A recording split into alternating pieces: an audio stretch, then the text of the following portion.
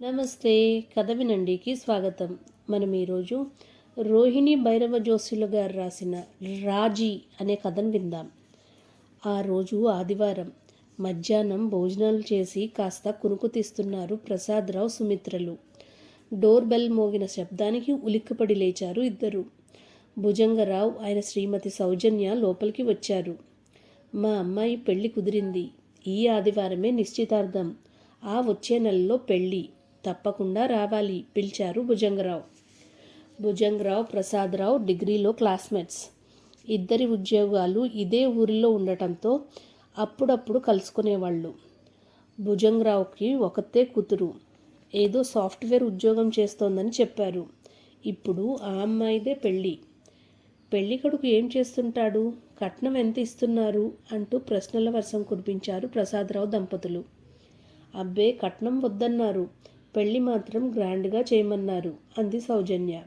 అదృష్టవంతులు, మంచివాళ్ళు దొరికారు మెచ్చుకున్నాడు ప్రసాదరావు. చాలామందిని పిలవాలి, వెళ్ళొస్తాం అని హడావుడిగా వెళ్ళిపోయారు భుజంగరావు దంపతులు. ఎంగేజ్మెంట్ జరుగుతున్న హోటల్కి వెళ్ళారు ప్రసాదరావు, సుమిత్ర, కూతురు శిరీషతో పాటు. అది ఒక స్టార్ హోటల్. ఆ హాల్ను సినిమా సెట్టింగ్ లాగా అలంకరించారు. ముగ్గురు కుర్చీలో కూర్చుని చుట్టూ పరిశీలిస్తున్నారు. ఇంతలో ప్రసాదరావు స్నేహితుడు మురళి కనిపించాడు అక్కడ. ఎంతకాలమైంది నిన్ను చూసి అంటూ సంతోషంగా మాట్లాడాడు. మురళి భుజంగరావుకి బంధువు. పెళ్లి కూతురు అతనికి మేనకోడల వరుస అవుతుంది. అతనే పెళ్లి విశేషాలన్నీ చెప్పాడు. పెళ్లి కూతురు దాత్రిది ప్రేమ వివాహం. అబ్బాయి కట్నం వద్దన్నాడట. అవును, భుజంగం చెప్పాడు. నిశ్చితార్థమే ఇంత ఘనంగా చేస్తున్నాడు, ఇక పెళ్ళి ఇంకెంత ఘనంగా చేస్తాడో కదా అంటూ ఆశ్చర్యం వ్యక్తం చేశాడు ప్రసాదరావు. ఇదంతా దాత్రి కోరిక. తానే తండ్రితో చెప్పింది ఎంగేజ్మెంట్ స్టార్ హోటల్లో చెయ్యాలని. వచ్చే నెలలో పెళ్లి కొడుకు భరత్, దాత్రి కలిసి ప్రీ వెడ్డింగ్ షూట్ కోసం ఢిల్లీ, ఆగ్రా, జైపూర్ వెళ్తున్నారు తెలుసా అన్నాడు మురళి. ప్రీ వెడ్డింగ్ షూట్ అంటే అర్థం కాని వాడిలా అడిగాడు ప్రసాదరావు. అయ్యో నాన్న, ఇది కూడా తెలీదా నీకు అంది శిరీష. ఇప్పుడు వధూవరులు ఇద్దరూ పెళ్లికి ముందు తాజ్మహల్ దగ్గర, ప్యాలెస్ల ముందు రకరకాల దుస్తులతో, ఫోజులతో ఫోటోలు, వీడియోలు తీయించుకుంటున్నారన్నమాట. సినిమా యాక్టర్లు, పెద్ద పెద్ద సెలబ్రిటీలు ఇలాగే చేస్తున్నారు. దీన్నే ప్రీ వెడ్డింగ్ షూట్ అంటారు. అమాయకంగా నోరు తెరుచుకుని చూస్తున్న ప్రసాదరావు దంపతులకు విడమర్చి చెప్పాడు మురళి. పెళ్ళికి ముందే వెళ్తారా? ఎవరైనా తోడు వెళ్తారా లేదా మామూలుగా పెళ్ళి తర్వాత హనీమూన్కి వెళ్తారేమో కదా ఆశ్చర్యపడుతూ అడిగాడు ప్రసాదరావు. పెళ్లి కూతురి వెంట వాళ్ళ పిన్ని వెళ్తుందిలే అన్నాడు మురళి నవ్వుతూ. పెళ్లి తర్వాత ఎటు, ఏ సింగపూర్కో బాలీకో వెళ్తారనుకో కొనసాగించాడు మురళి. ఏమోరా, మనం పాతతరం వాళ్ళం, ఇవన్నీ కొత్త. అప్పట్లో కొంతమంది కాశ్మీర్కో, ఊటీకో హనీమూన్ పేరిట వెళ్తేనే వింతగా చెప్పుకునేవాళ్ళం. పెళ్ళి కూడా ఏ కళ్యాణ మండపంలోనే చేసేవాళ్ళు. మన తల్లిదండ్రుల తరంలో అయితే ఇంటి ముందు పందిరి వేసి పెళ్లి చేసేవారు. కాలం మారిపోయిందిరా నిట్టూర్చాడు ప్రసాదరావు. ఇప్పుడు కళ్యాణ మండపాలు కూడా పాతబడిపోయాయి అన్నాడు మురళి. ఏం చేస్తాం, ఇప్పుడంతా డెస్టినేషన్ వెడ్డింగ్ అంటూ ఊరవతల ఉన్న రిసార్ట్స్లో పెళ్లి చేస్తున్నారు. పెళ్లికి ముందు సంగీత్, మెహందీ ఫంక్షన్ లాంటి ఉత్తర భారతదేశ సాంప్రదాయాలు కూడా పాటిస్తున్నారు మురళి కొనసాగించాడు.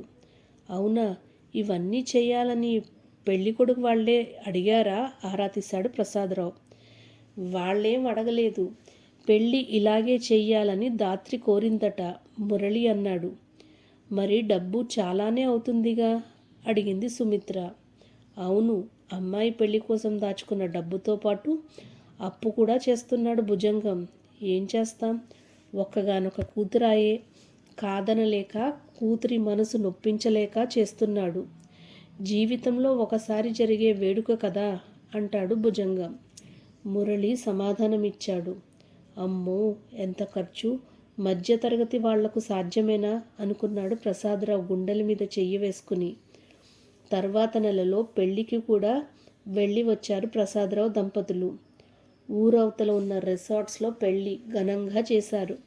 ఉత్తర దక్షిణ భారత సాంప్రదాయాలు కలగలిపి చేసినట్టు ఉందా పెళ్ళి. అమ్మాయి పెళ్ళయ్యాక భుజంగరావుకు వేరే ఊరికి ట్రాన్స్ఫర్ అయ్యిందని తెలిసింది. అతనిని మళ్ళీ కలిసే అవకాశం రాలేదు ప్రసాదరావుకు. 1-2 సార్లు ఫోన్ చేసినా భుజంగరావు ఫోన్ స్విచ్ ఆఫ్ అని వచ్చింది. శిరీష చదువు కూడా అయిపోయి తాను ఒక మంచి సాఫ్ట్వేర్ కంపెనీలో చేరింది. ఇక పెళ్లి సంబంధాలు చూడాలి అనుకున్నాడు ప్రసాదరావు. ఒకరోజు ప్రసాదరావు మార్కెట్కు వెళ్ళి వస్తుండగా దారిలో అనుకోకుండా మురళి కనపడ్డాడు. అబ్బా, చాలా రోజులకు కనపడ్డావు, ఇన్ని రోజులు ఏమయ్యావురా? రా రా, ఇంటికి వెళ్ళి మాట్లాడుకుందాం అని ఇంటికి ఆహ్వానించాడు ప్రసాదరావు. బాగున్నారా అంటూ ఇద్దరికీ కాఫీలు ఇచ్చి అక్కడే ఉన్న సోఫాలో కూర్చుంది సుమిత్ర. ఏంటి విశేషాలు అన్నట్టు మన భుజంగరావు ఎలా ఉన్నాడు? ఫోన్ చేస్తే కలవడమే లేదు, అసలు ఎక్కడ ఉన్నాడు అంటూ ప్రశ్నించాడు ప్రసాదరావు. అందుకు మురళి నిర్లిప్తంగా నవ్వి, అతను ఈ ఊరిలోనే ఊరికి దూరంగా ఉన్న కాలనీలో ఉంటున్నాడు, ఎవరితో మాట్లాడడానికి ఇష్టపడడం లేదు. ఈ ఊర్లోనే ఉన్నాడా? అందరితో స్నేహంగానే ఉండేవాడు కదా, ఇంత హఠాత్తుగా అలా ఎందుకు మారిపోయాడు అన్నట్టు వాళ్ళ కూతురు ధాత్రి ఎలా ఉంది ఆశ్చర్యంతో అడిగాడు. ఆ కూతురి వల్లనే ఇలా తయారయ్యాడు అన్నాడు మురళి. ఏమైంది అసలు, వివరంగా చెప్పు కుతూహలంగా అడిగాడు. ఏముంది, పెళ్ళి అయ్యాక కూతురు అల్లుడు కొన్ని రోజులు బాగానే ఉన్నారు. తర్వాతే వాళ్ళిద్దరి మధ్య కీచులాటలు ప్రారంభమయ్యాయి. పెద్దవాళ్ల జోక్యంతో ఆ చిన్న కీచులాటలు కాస్త పెద్ద గొడవలుగా మారి విడిపోవడం వరకు వచ్చింది ఆ వ్యవహారం. మై గాడ్, అదిరిపడ్డాడు ప్రసాదరావు దంపతులు. జరిగిందేమిటంటే అంటూ చెప్పుకొచ్చాడు మురళి. భుజంగరావు సౌజన్యులు ఒకసారి కూతురి కాపురం చూద్దామని వెళ్ళారు. కూతురు ఒక్కతే ఇంట్లో పనిచేసుకోవడం చూసి, నువ్వు ఒక్కదానివే ఎందుకు పనిచేయాలి, నువ్వు అతనితో సమానంగానే చదువుకుని ఉద్యోగం చేస్తున్నావు కదా అంటూ ఇంతెత్తున ఎగిరిందట సౌజన్య. అదేం లేదమ్మా, ఇద్దరిలో ఎవరు ఖాళీగా ఉంటే వాళ్ళు పని చేసుకుంటాం అని ధాత్రి సర్ది చెప్పబోయిందట. అయినా వినిపించుకోకుండా అల్లుడిని చెడామడా కడిగి పారేసిందట. దాంతో అల్లుడికి కోపం వచ్చి, మీ అమ్మ వాళ్ళు ఇక్కడికి వస్తే సహించేదే లేదు అని ధాత్రితో గట్టిగా చెప్పాడట. అక్కడికి భుజంగరావు అందరినీ శాంతపరిచి భార్య తరపున అల్లుడికి క్షమాపణలు కూడా చెప్పాడట. ఇదిలా ఉండగా ఇంకొకసారి ధాత్రి అత్తామామలు వెళ్ళినప్పుడు కొడుకు వంట చేయడం చూసి, ఏంట్రా ఆడంగి వెదవల్లా ఈ పనులు నువ్వు చేస్తున్నావు, ఆ మహారాణి గారు పని చేయదా, అయినా ఆడపిల్లని మరీ ఇంత గారాభంగా పెంచితే సంసారం ఏం చేస్తుంది అంటూ కోడలిని వియ్యపురాల్ని నోటికి వచ్చినట్టు అనేసిందట. అత్తగారు తన తల్లిని అంత మాట అనేసరికి, మీ అమ్మ ఈ ఇంట్లో ఉంటే నేను ఉండను అంటూ పంతం పట్టింది ధాత్రి. ఎలాగో తల్లిని భార్యను శాంతపరిచాడట ఆ అబ్బాయి. ఆ తర్వాత వాళ్ళు కొడుకు ఇంట్లో అడుగుపెట్టలేదు. ఈ వ్యవహారాలతో ఇద్దరి మధ్య ఎప్పుడూ గొడవలే. ధాత్రి తల్లికి రోజు ఫోన్లు చేసి తమ మధ్య జరిగే గొడవలన్నీ ఏకరవు పెట్టేది. నువ్వు నీ జీతంలో నుంచి ₹1 కూడా ఇవ్వకు, ఇంటి బాధ్యత అతనిదే కదా అంటూ ఎగదోసేది ఆమె. మితిమీరిన గొడవలు జరిగినప్పుడు ఇక అతనితో పడలేవు కానీ ఈ ఊరికి ట్రాన్స్ఫర్ చేయించుకో, విడాకులు ఇస్తానని బెదిరించు, దెబ్బకు దిగి వస్తాడు, అయినా నీకేం తక్కువ, ఇంకో పెళ్లి చేద్దాం అంటూ కూతుని రెచ్చగొట్టేది. ఆ అమ్మాయి నిజంగానే విడాకులు ఇస్తానని బెదిరించేది. ఆ అబ్బాయి తల్లి కూడా తక్కువేం కాదు, ఇచ్చేమను విడాకులు, మగపిల్లాడివి, నీకేం తక్కువ, 6 నెలల్లో దీనికన్నా మంచి సంబంధమే చూసి నీ పెళ్లి చేయకపోతే చూడు అంటూ ఛాలెంజ్ విసిరేది. ఇలా రోజూ గొడవలతో విసిగిపోయి ఆ అబ్బాయి మందు తాగటం అలవాటు చేసుకున్నాడు. ఇది సహించలేక అమ్మాయి అమెరికాలో ఉద్యోగం వెతుక్కుని వెళ్ళిపోయింది. ఇప్పుడు వాళ్ళ విడాకుల కేసు కోర్టులో ఉంది. అందుకే భుజంగరావు ఎవరితో మాట్లాడడానికి ఇష్టపడటం లేదు అంటూ జరిగినదంతా చెప్పాడు మురళి. నోటమాట రానట్టు శిలా విగ్రహాల్లా ఉండిపోయారు ప్రసాదరావు సుమిత్రలు. అయ్యో, ఒక్కతే కూతురని ఎంత గా పెళ్లి చేశాడు అన్నాడు ప్రసాదరావు. అవునురా, పెళ్ళి పెటాకులు అయింది, అప్పు మాత్రం మిగిలింది వాపోయాడు మురళి. ఎంత మంచివాళ్ళు, ఇలా మారిపోయారెందుకు ఆశ్చర్యపోతూ అడిగాడు ప్రసాదరావు. అదే కదా విడ్డూరం, కన్న బిడ్డల మీద విపరీతమైన మమకారంతో వాళ్ల జీవితాన్నే నాశనం చేశారు ఆ తల్లులు అన్నాడు మురళి. అక్కడ చాలాసేపు నిశ్శబ్దం తాండవం చేసింది. చివరికి ఎలాగో గొంతు పెగుల్చుకుని ఇక నేను వెళ్తాన్రా అంటూ మురళి సెలవు తీసుకుని వెళ్ళిపోయాడు. ఆ రోజంతా ఇద్దరికీ నిద్ర పట్టలేదు. ఇలాంటి కేసులు ఈ మధ్యన చాలా వింటున్నాం, కానీ మన దగ్గర వాళ్ళ గురించి వినడం ఇప్పుడే అనుకున్నారు. ఒకరోజు శిరీష తండ్రి దగ్గరికి వచ్చి, నేను మా ఆఫీస్లోనే పనిచేస్తున్న అబ్బాయిని పెళ్లి చేసుకుందామనుకుంటున్నాను అంది. అనుకున్నంత అయ్యింది అని మనసులోనే నిట్టూర్చాడు ప్రసాదరావు. ఎవరమ్మా అబ్బాయి, వాళ్ళ అమ్మా నాన్నలకు కూడా ఇష్టమేనా అని అడిగాడు. ఆ అబ్బాయి పేరు ప్రశాంత్, మనవాళ్లే. అతను వాళ్ళ తల్లిదండ్రులకు మా ప్రేమ విషయం చెప్పాడట. వాళ్ళు ఒప్పుకున్నట్టే ఉంది. మీరొకసారి వెళ్ళి వాళ్లను కలిసి మాట్లాడండి అంది శిరీష. ఓహో, సాంప్రదాయాలు తెలుసన్నమాట. అమ్మాయి తల్లిదండ్రులు అబ్బాయి ఇంటికి వెళ్ళి అడగాలని అన్నాడు. తల వంచుకుంది శిరీష. ఆ రోజే అబ్బాయి తండ్రితో మాట్లాడాడు ప్రసాదరావు.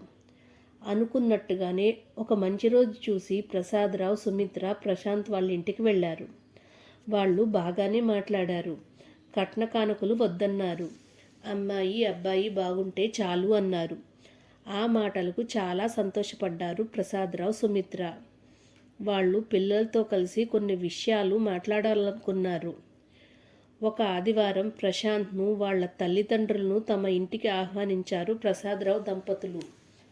కాఫీ టిఫిన్లు అయ్యాక అందరూ హాల్లో సమావేశమయ్యారు. మాకు ఈ పెళ్ళి ఇష్టమే, కానీ మీ పెళ్ళి సింపుల్గా రిజిస్ట్రార్ ఆఫీస్లో చెయ్యాలని నిర్ణయించుకున్నాం అన్నాడు ప్రసాదరావు. అదిరిపడ్డారు శిరీష, ప్రశాంత్లు. అదేంటి నాన్న, నేను మీకు ఒకతే కూతుర్ని కదా, అలా సింపుల్గా చేస్తే ఎలా? మా ఫ్రెండ్స్ అందరి పెళ్ళిళ్ళు ఎంత గ్రాండ్గా చేశారో తెలుసా? అంతెందుకు, మన దాత్రి పెళ్ళి ఎంతో ఆర్భాటంగా చేశారని మీరు మెచ్చుకున్నారు కదా. మాకు కొన్ని కోరికలు ఉంటాయి కదా నాన్న. Engagement, pre wedding shoot, destination wedding ఇలా చేసుకోవాలని నేను ఎప్పుడో నిశ్చయించుకున్నాను. మీరేమో ఇలా అంటున్నారు. మనం మరీ అంత లేని వాళ్ళం కూడా కాదు కదా అంది ఆవేశంగా. ఈ మధ్య చూసిన పెళ్ళిళ్ళు ఎలా విఫలం అవుతున్నాయో చూస్తున్నాం. అందుకు ఉదాహరణ భుజంగరావు అంకుల్ కూతురు ధాత్రి పెళ్ళి. పాపం, అతనికి పెళ్ళికి అయిన అప్పు ఇంకా తీరనే లేదు. అప్పుడే కూతురి కాపురం కూలిపోయింది. అందుకే ఈ ముందు జాగ్రత్త. మీ పెళ్ళి కూడా అంత ఘనంగా చేయాలంటే మావి కొన్ని షరతులు ఉన్నాయి. అవన్నీ ఈ కాగితాల్లో టైప్ చేసి ఉన్నాయి, చూడండి అంటూ అక్కడున్న అందరికీ ఒక్కొక్కరికి ఒక్కొక్క కాపీ ఇచ్చాడు ప్రసాదరావు. ఆ కాపీలో ఉన్న షరతులు అందరూ చదివారు. ఆ షరతుల ప్రకారం శిరీష, ప్రశాంత్లు విడాకులు అన్నమాట వాళ్ళ జీవితంలో ఎత్తకూడదు. దంపతులన్నాక కీచులాటలు, దెబ్బలాటలు మామూలే. వాటిని వాళ్లే పరిష్కరించుకోవాలి. ఇటువైపు పెద్దలు కానీ అటువైపు పెద్దలు కానీ జోక్యం చేసుకోకూడదు. పాత తప్పులను పదే పదే గుర్తు చేస్తూ దెప్పి పొడవకూడదు. ఇద్దరిలోనూ లోపాలు ఉంటాయి, కానీ ఒకరితో ఒకరు రాజీ పడుతూ బతకాలి. దీనికి కావాల్సింది అవతల మనిషి పైన ప్రేమ. ప్రేమ ఉంటే ఆ మనిషిని తప్పకుండా క్షమించేస్తారు. ఈ షరతులకు ఒప్పుకొని మీరిద్దరూ ఈ కాగితాలపైన సంతకం చేయాలి.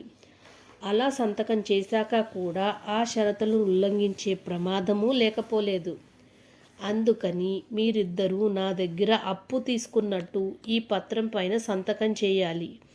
నేను మీ పెళ్ళికి ఎంత ఖర్చు పెడతానో అంత డబ్బుకు అప్పు పత్రం అన్నమాట. మీరు కలుసున్నంత కాలం నాకు ఈ అప్పు తీర్చాల్సిన పని లేదు. మీరు ఎప్పుడైతే విడిపోతారో అప్పుడు నాకు ఈ డబ్బులు వడ్డీతో సహా కట్టాలన్నమాట. నేనొక్కదాన్నే కూతుర్ని కదా, ఈ డబ్బంతా నాదే అంటావేమో. అదేం వీల్లేదు. మీరు కలుసుంటే ఆ డబ్బు మీది, లేని పక్షంలో అనాథ శరణాలయానికి చెందుతుంది. ఇప్పుడు చెప్పిన విషయాలే ఈ కాగితాల్లో ఉన్నాయి. దీనికి ఒప్పుకుంటేనే మీ పెళ్ళి ఘనంగా చేస్తాను. ఏమంటారు? వివరంగా చెప్పి ఆగాడు ప్రసాదరావు. అది విని ఇంతెత్తున ఎగిరింది శిరీష. మేము అందరిలాగా చేస్తామనుకుంటున్నావా? కళ్ళలో నీళ్లు తిరుగుతున్నాయి ఆ అమ్మాయికి. లేదమ్మా, మీ మధ్య ఇప్పుడున్నంత ప్రేమ పెళ్ళి అయ్యాక ఉండకపోవచ్చు. అప్పట్లో మాకు ఇలాంటి షరతులు ఏవీ ఉండేవి కావు. కానీ అవి మా పెళ్ళి మంత్రాలలో ఉండేవి.